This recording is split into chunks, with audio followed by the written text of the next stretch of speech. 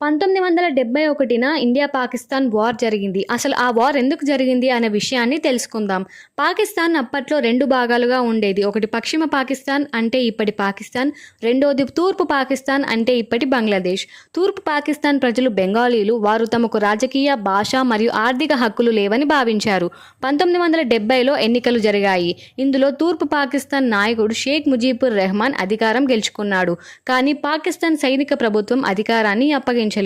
దీనికి ప్రతీకగానే బెంగాలీ ప్రజలు స్వాతంత్ర్యం కోసం పోరాడారు.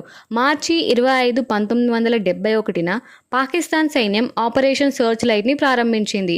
లక్షలాది మంది బెంగాలీ ప్రజలను పాకిస్తాన్ సైన్యం హత్య చేశారు. ఈ అతి క్రూర హింస కారణంగా కోట్లాది పైగా బెంగాలీ ప్రజలు భారతదేశం వైపు పరుగులు తీశారు. భారత్ ప్రభుత్వం ప్రధానమంత్రి ఇందిరాగాంధీ నేతృత్వంలో ముక్తి బాహిని అనే బెంగాలీ పోరాట దళానికి శిక్షణ మరియు ఆయుధాలను ఇచ్చింది. డిసెంబర్ 3, 1971న పాకిస్తాన్ యుద్ధం మొదలుపెట్టింది.